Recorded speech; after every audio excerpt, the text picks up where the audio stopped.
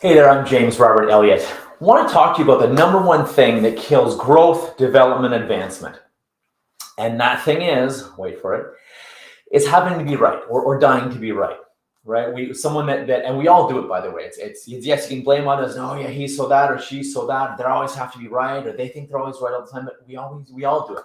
We all do this to some degree, and we really need to be careful of it. It's a function of our brain. Our brain will vehemently protect what we believe and what the things we believe and know to be true, right? Whether they're true or false, right? That's why wars happen. That's why battles happen. That's why disagreements happen, fights, etc. We will vehemently fight to protect what we believe to be true, what the ego, what our unconscious mind believes to be true, whether it is or not. That's irrelevant. So be careful about having to be right. I've developed a mentality to always be open. What if I'm wrong?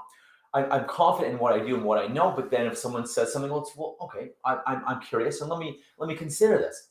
Let me look for some research for this. And be careful, because your brain is your eyes are looking for what your brain is looking for. Or said a little better, your eyes will only see what it is your brain is looking for. And that's because of our filters, our unconscious filters, how our brain works as well. Our bias, it's bias, right? Our brain will see what we're looking for, or our eyes will see what our brain is looking for. So we'll often see things through a certain lens or certain glasses or certain view, when maybe things are different. So next time someone says something, or a piece of news comes out for or against what you know to be true, what you believe, consider it. Just consider it. That's all I'm inviting you to do, is consider it. Consider, this is interesting, because our brain will often dismiss any information that is against what we know to be true, whether it's detrimental to you or not, whether it's to prove you can do it, or you are good enough, or you are capable, or that maybe there was a moon landing, or maybe there wasn't a moon landing, or whatever it is, right? Whatever it is, whatever, vaccines, not vaccines, whatever it is, it's relevant. But your brain will filter that. So it can be very, very open to other people's ideas, their suggestions. And even if you don't agree with them 100%, you can learn something. And how we shut down all learning is by, again, being right, having to be right, dying to be right. Reminds me of a video I watched. This little girl went saw her mom peeling what she thought were apples, and they were onions. And so she insisted. She said, "Mom, I want an apple." And the mom said, "Sweetie, these are onions." The mom said, "These are onions." The daughter's like, "No, I want an apple."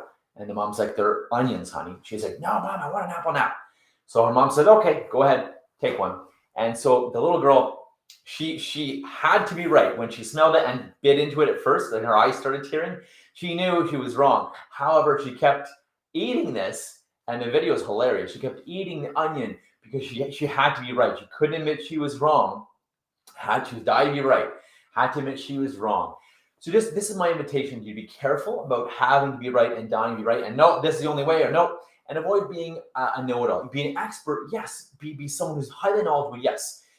And even experts, especially, we need to be very, very careful about dying to be right, or rejecting anything that even remotely ruffles our feathers, or questions our beliefs, or questions what we know, or the science, or what we teach, or anything.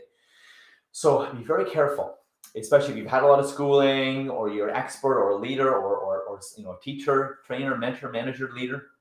Be very careful about having to be right and dying. No, it's this way for sure. Yes, be confident in what you believe, and be confident in what you teach, and be open so you can learn new things.